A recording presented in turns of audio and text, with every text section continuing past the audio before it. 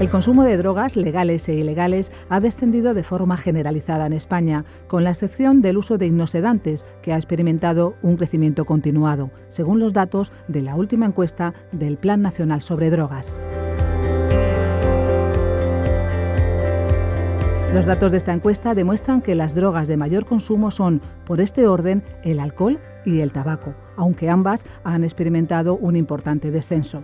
El cannabis continúa siendo la droga ilegal más consumida, especialmente por los jóvenes. Los menores de edad consumen más cannabis que todo el resto de la población. 1 de cada 4 encuestados confiesa haberlo probado alguna vez y 1 de cada 10 lo ha consumido en el último año. Además, España sigue siendo uno de los países del mundo donde más cocaína se consume. Son datos llamativos que queremos analizar en profundidad para saber qué indican, qué conclusiones podemos sacar.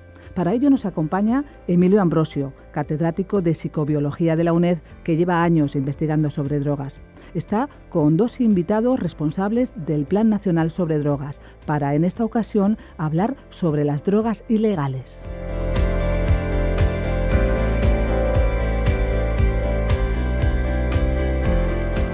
Es un placer enorme tener a 2 invitados como tengo aquí en estos momentos y presentarlos. Grandes amigos, además, grandes profesionales, y es un momento de verdad de felicidad para mí, el hecho de teneros aquí.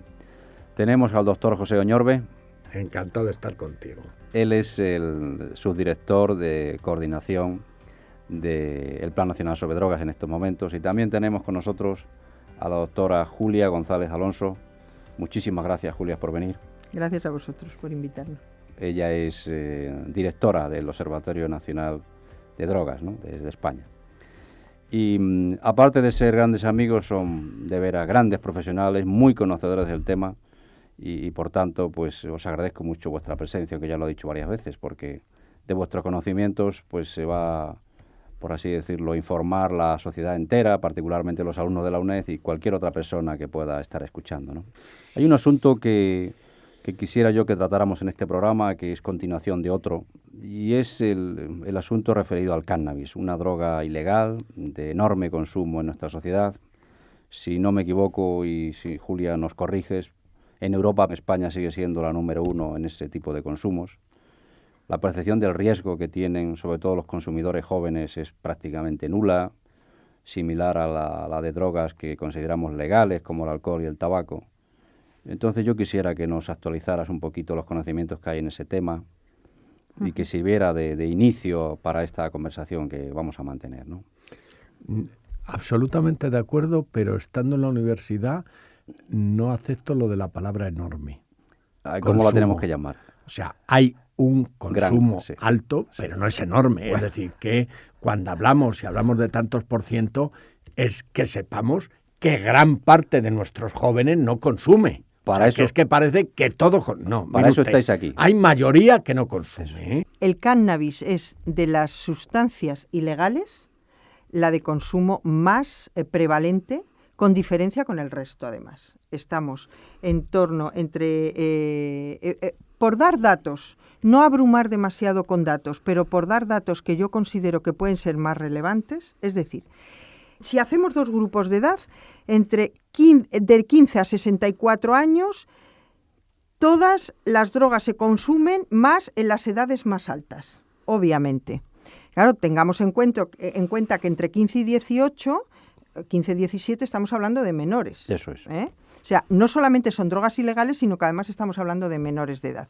Bueno, pues todas las sustancias son consumidas mayoritariamente por la población más elevada, excepto para el cannabis, que entre 15 y 17 años se consume mucho más que entre los 18 y los 64 años. Y eso es un dato muy relevante.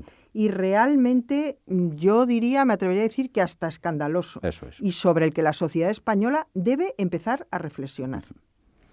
Si hablamos de eso, de la sociedad española, ¿por qué creemos que la sociedad española tiene esa concepción, vamos a decirlo así, permisiva, o de darle menos importancia al consumo de cannabis del que realmente tiene? Y en otros países no es así. Porque eso ocurre. Sí. Se ha perdido mucho la percepción del riesgo y eso funciona muy bien en la población española. La percepción del riesgo ahora mismo, la más baja de todas, es decir, la que la sociedad española considera que es la sustancia menos peligrosa desde el punto de vista de la salud, es el alcohol, bajísima. Y después es el cannabis. Está el tabaco, fumar un paquete diario de tabaco, tanto entre los estudiantes como entre la población general y los adultos, está considerado en estos momentos por la población española como que es mucho más peligroso para la salud que consumir porros. Y entonces eso está vinculado, evidentemente, si yo considero que es poco peligroso, pues me permito el lujo de fumarlo.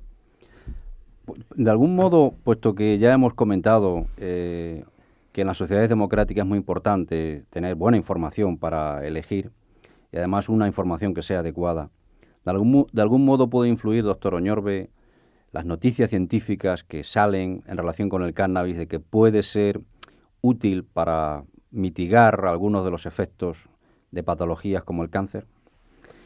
Y el hecho de que haya, pues por poner un ejemplo, en Estados Unidos, el estado de California, que dice que lo quiere legalizar, claro, eso son, con la globalización que hay hoy día, eso son noticias que gente joven con poca preparación, pues obviamente dicen, oye, pero si lo legalizan en tal sitio, si encima parece que viene bien para el tratamiento del cáncer, pues esto no puede ser malo. ¿En qué medida puede influir eso? Vamos a ver. Obviamente influye esa banalización que hay del consumo. Vamos a ver. Todas las drogas que se consumen, es decir, la morfina sale del opio, es decir, que miren ustedes que hay sustancias que en determinadas cantidades son beneficiosas para la salud. Pero, ya lo decía Paracelso, todo es veneno, depende de la dosis. Entonces, no está demostrado que el fumarse un porro produzca una mejora de la sintomatología claramente. Por supuesto, hay sustancias que entran en la composición de los porros que pueden mejorar y que pueden disminuir la sensación de dolor, los vómitos, etc.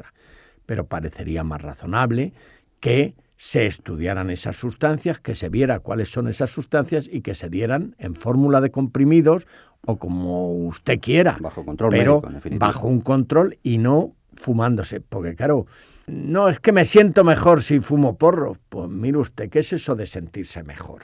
Entonces es verdad que ha habido una banalización y es verdad, y yo lo decía en la conversación que tuvimos, que es obligación de los investigadores el transmitir los conocimientos que están adquiriendo a la población general. Y hoy lo que parece que está bastante claro es que en las personas que consumen porros con una cierta frecuencia hay un problema en las células nerviosas y se ve que hay un problema de desmielinización, que hay un problema de la sustancia amarilla, que hay una serie de alteraciones en las células nerviosas que habría que ver a dónde nos van a conducir. Y eso lo han demostrado los investigadores básicos. Y eso me supongo que usted, doctor Ambrosio, sabrá incluso más que yo.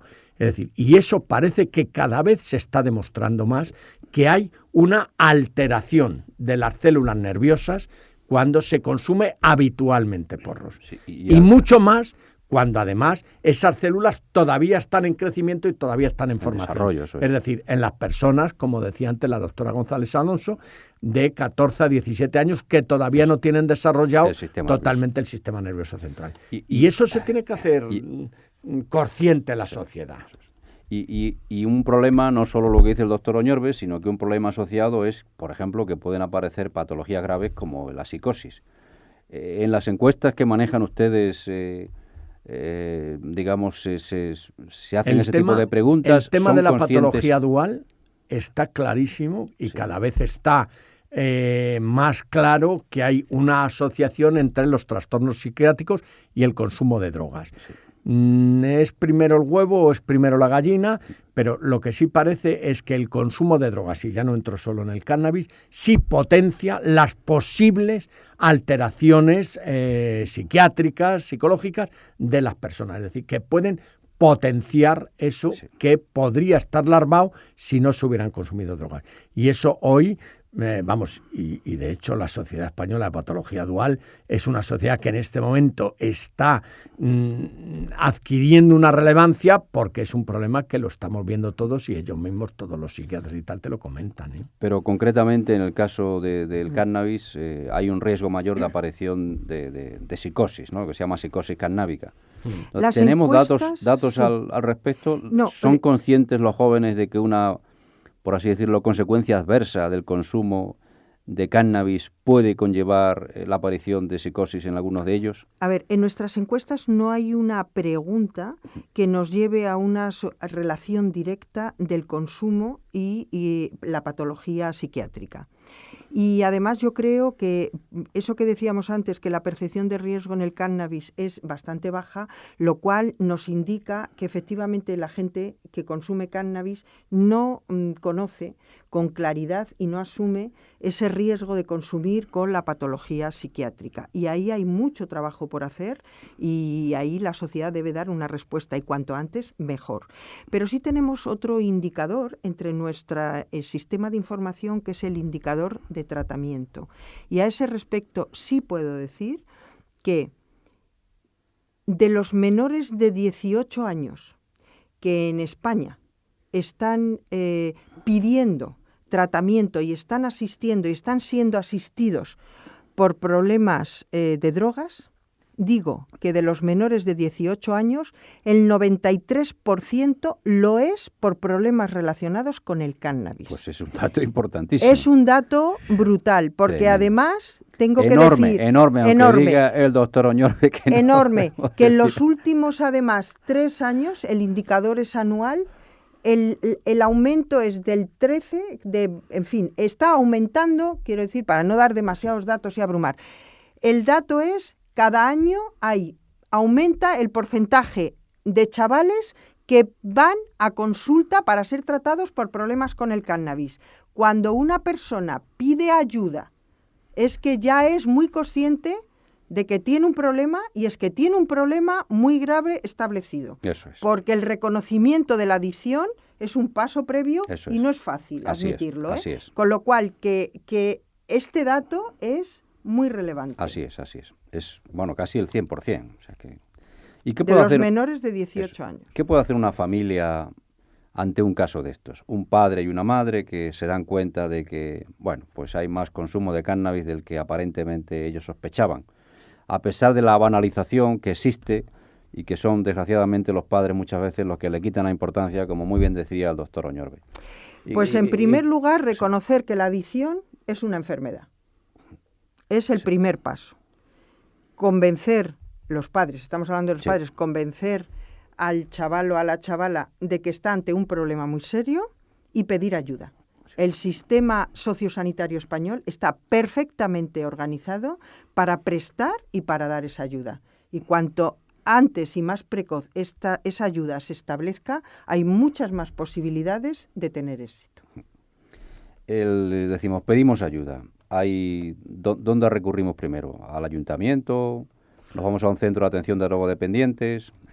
Pues hay recursos diversos. La verdad es que en nuestro país los recursos asistenciales están fundamentalmente en el ámbito de las comunidades autónomas y de las administraciones locales, sobre todo en los ayuntamientos más grandes y más importantes. Los más pequeños, evidentemente, los recursos los tienen en otras áreas, pero los recursos asistenciales están y que los busquen. Cada comunidad autónoma se organiza un poco según su buen saber y entender. Hay quienes han incluido el tema de las adicciones en la atención primaria directamente y es el médico de familia el que las atiende, y hay otros que tienen un sistema específico que son los centros de atención a drogodependientes. Normalmente lo más sencillo sería buscar cuál es la dirección comisionada de drogas en esa comunidad autónoma y llamar, y ahí le dirigirán. Y nuestros profesionales en general son buenos profesionales, nosotros y ellos mismos y la Sociedad Española de Medicina Familiar, la Organización Médica Colegial, muchos de ellos hacen cursos de formación en tratamiento de adicciones y muchos de ellos están financiados o bien por la delegación del gobierno o bien por los propios planes autonómicos de formación de estos profesionales, ¿sí? Si me permites decir Sí. a este respecto que España está colaborando con el Observatorio Europeo de las Drogas y de las Toxicomanías en varios proyectos para establecer medidas de la valoración del consumo problemático de cannabis de una manera precoz. Y estamos colaborando en proyectos Muy internacionales. ¿El cannabis puede ser, como se dice, la puerta de entrada a otras drogas? De un La- poder adictivo que lo consideramos mayor, pero voy a poner el ejemplo de la cocaína. La puerta de entrada, decíamos que la más importante es la del alcohol, fundamentalmente. Pero probablemente después del alcohol venga el cannabis y después hay que ir buscando, en patrones de policonsumo, hay que ir buscando nuevas experiencias. Y claro, la siguiente es la cocaína, ¿eh? Pero- Sobre todo porque además hay un tema que es muy importante y que la sociedad española debe valorar. Y es qué pasa con el consumo de sustancias y la noche. Nosotros tenemos en nuestras encuestas muy bien valorado. La noche tiene una asociación muy clara al consumo de sustancias. El alcohol está presente durante toda la noche. Pero claro, el alcohol finalmente es una sustancia depresiva del sistema nervioso central. Hasta las 3 de la mañana se consume fundamentalmente alcohol y cannabis. A partir de las 3 de la mañana o te vas a dormir o tienes que buscar otra sustancia que te permita superar la depresión del alcohol. Y despierten. entonces entra la cocaína, las anfetaminas, el éxtasis, es decir, todas las estimulantes. Y ahí está la puerta de entrada, el alcohol, el cannabis y después a por las siguientes, obviamente. En este caso, ¿también chicos y chicas se están igualando en el consumo? En este caso, los chicos consumen por encima de las chicas, pero las chicas se van aproximando al patrón de consumo y esto se nota particularmente en las sociedades, en las edades más tempranas. Cuanto más temprano es el consumo, más el patrón es más similar el de chicos y el de chicas. Cuando hay más inmadurez, por decirlo de Ujú. alguna manera, inmadurez psicológica. Ujú. Y en la noche también, cuando aparece ya la cocaína, supongamos las 3, las 4 de la mañana, la presencia de las chicas se mantiene. La presencia de las chicas se mantiene, aunque el consumo es más prevalente en chicos. ¿Y qué consecuencias puede tener desde el punto de vista psicopatológico ese consumo conjunto? Ya hemos hablado de la patología dual, de cannabis y de cocaína, que pueden aparecer al final de la noche, por decirlo de alguna manera, ataques de pánico, pueden aparecer síntomas paranoicos, doctor Oñorbe. Hombre, lógicamente, yo supongo, y en eso no soy un experto, que se darán mucho esas situaciones.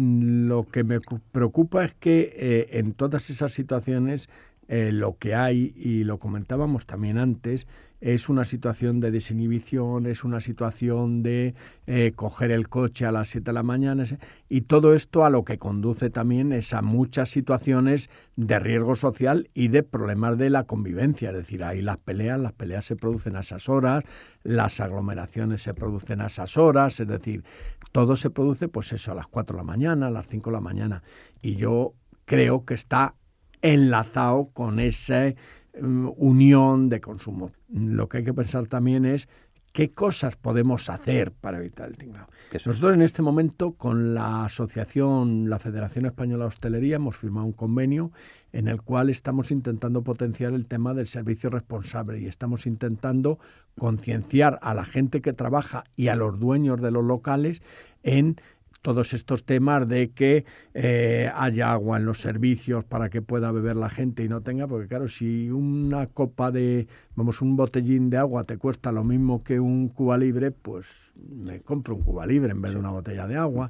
Entonces intentar que en los servicios haya agua, que esté bien señaladas las salidas, que los camareros, pues te induzcan a intentar, oye, mira, vas un poco pasado, no consuma más, no cojas el coche, que den facilidades para coger taxis, que no se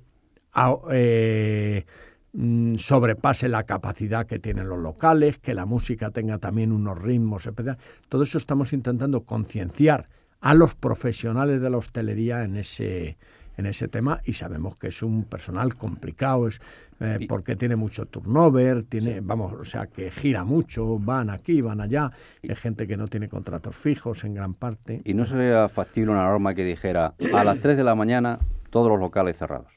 Pues Hombre. Es factible, o sea, como factible, yo entiendo que es factible, pero yo entiendo que, que la responsabilidad es mucho más importante que la norma, porque la norma tiene su papel, obviamente, y la sanción en España es un elemento persuasivo de primera importancia y no se le puede orillar, pero yo creo que hay que apelar al sentido de la responsabilidad, porque tampoco tenemos por qué tener un policía al lado de cada uno de nosotros. Yo creo que la responsabilidad es importante y el conocer los riesgos y todo lo que eso significa y el coste que tiene socialmente, no solo individualmente, socialmente. A mí me parece que sería importante, independientemente de que la norma tiene su función y su sitio.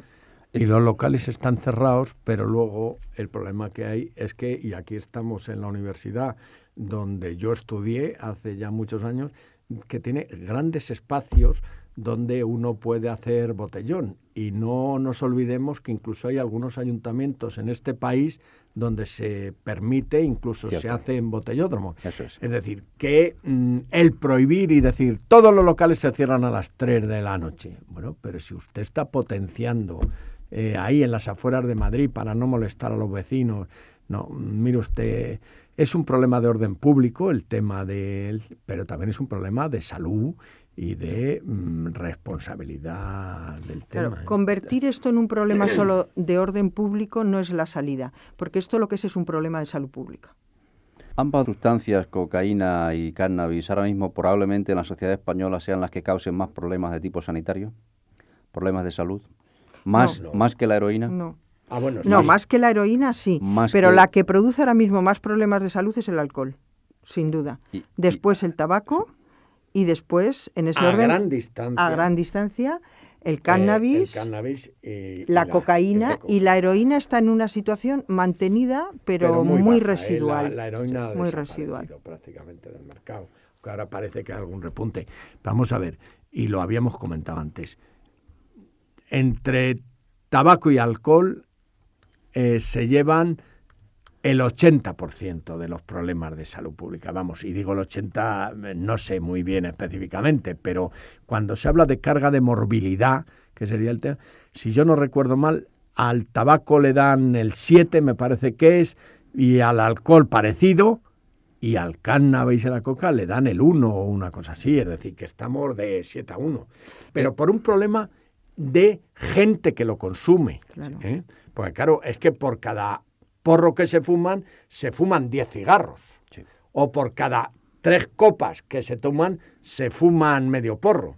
Es decir, que ese es el tema del número. La Organización Mundial de la Salud ha hecho un estudio a nivel mundial muy interesante. Lo ha publicado yo creo que como en mayo del 2011 y ha estudiado, a nivel mundial 19 factores de riesgo y entonces el alcohol ha dividido el mundo en 3 grandes bloques: los países ricos, los medianos y los pobres. El alcohol es el primer factor de riesgo en coste de años de vida perdidos por discapacidad, ajustados por discapacidad. El alcohol es el primer factor de riesgo en los países de medio nivel económico. España está entre los más ricos. Es el tercer factor de riesgo después del tabaco.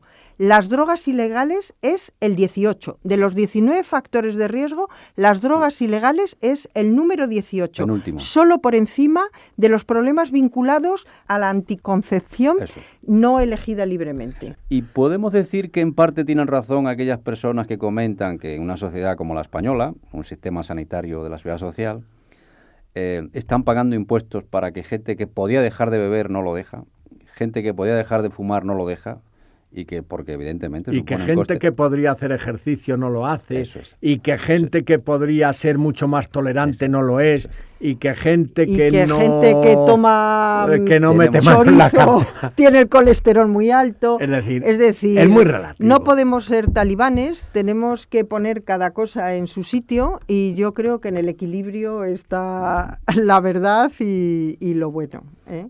A su juicio, ¿han sido útiles los centros de menopunción para los heroinómanos que hay, por ejemplo, en la Comunidad de Madrid y otras comunidades autónomas? Como Sí, tema de sin duda, reducción del reducción daño, de han riesgos, sido- sin duda, han reducción del sido- daño, sin duda. Han sido importantes y han evitado muertes en este país, claramente. Es decir, y por eso nosotros los hemos defendido. No, otra cosa es que se haga con orden, que se haga tal, pero sí han evitado muertes en este país. ¿Podría hacerse algo parecido para la cocaína? Tener, digamos, sitios donde la gente pudiera tomar cocaína bajo control médico. Vamos a ver, las salas de menopunción era el evitar que gente que estaba muy pasada acabara muriéndose en la calle, que era una cosa que estaba ocurriendo, y eso no lo puede tolerar una sociedad solidaria. Y de alguna manera no podíamos dejar que murieran por la calle. Es decir, bueno, ya está. Y yo creo que se ha conseguido mucho. Otra cosa distinta es que ahora con el tema de la cocaína se hagan experimentos en el cual nosotros estemos intentando, vamos, nosotros digo, la gente que lo está intentando, está viendo a ver si de una manera controlada y con bajo supervisión médica se pueden conseguir disminuciones de dosis, se puede conseguir el abandono y tal, y eso es así. Ahora, eso es distinto a crear salas donde los cocainómanos se la nifen o se la fumen o tal, ¿eh? Hablando de sustancias con propiedades analgésicas, que hemos citado la heroína, cada vez más es común, al menos en otros países como Estados Unidos, el hecho de que los niños quiten a sus padres fármacos que los padres tienen en casa, pues con propiedades analgésicas. ¿Se da un fenómeno parecido en España? ¿Estamos viendo que eso está llegando aquí también en nuestro país? ¿Hay datos en las encuestas que vayan en esa dirección? El consumo de Sustracción. inocedantes, pero yo no sé si tanto porque los niños los consumen, vamos, se los quitan a los padres. Yo En eso Estados ya no lo Unidos sé. se está convirtiendo en un problema ya preocupante para las autoridades. ¿Aquí todavía no ha llegado eso? A ver, en España lo que estamos detectando en las últimas encuestas es un aumento significativo del consumo de hipnosedantes. Nosotros, por Sin hipnosedantes, Valium. con receta o sin receta, tranquilizantes y somníferos. Eso es lo que estamos detectando, tanto en la población más adulta como en la población más joven. Pero tiene una peculiaridad en España muy característica que también se da en otros países, y es que fundamentalmente son las mujeres por encima de 35 años las que están fundamentalmente consumiendo ese tipo de sustancias. ¿Y cómo se interpreta ese dato, doctora González Alonso? Pues es ¿Problemas un dato... emocionales, vamos a decirlo así? Mayoritariamente. Problemas, yo no diría emocionales, yo diría problemas de género. Muchos problemas de género hay ahí que habría que investigar. ¿Por qué las mujeres a partir de los 35 años están tomando sustancias para evadirse de una realidad que las tiene machacadas? Bueno, pues eso tenemos que tratarlo en otro programa. Deberíamos Pues tratarlo. quedan ustedes emplazados a, si Dios quiere, otro programa aquí, ¿eh? Es Así un que placer siempre gracias. estar con usted. Ha sido estupendo. Muchas Y el gracias, de verdad. trato- Muchas gracias por venir y trataremos ese Estaremos. tema, el de los hipnosedantes y las chicas, ¿de acuerdo? Estaremos aquí. Pues gracias Muchas de nuevo, ¿eh? Muchísimas Muchas gracias.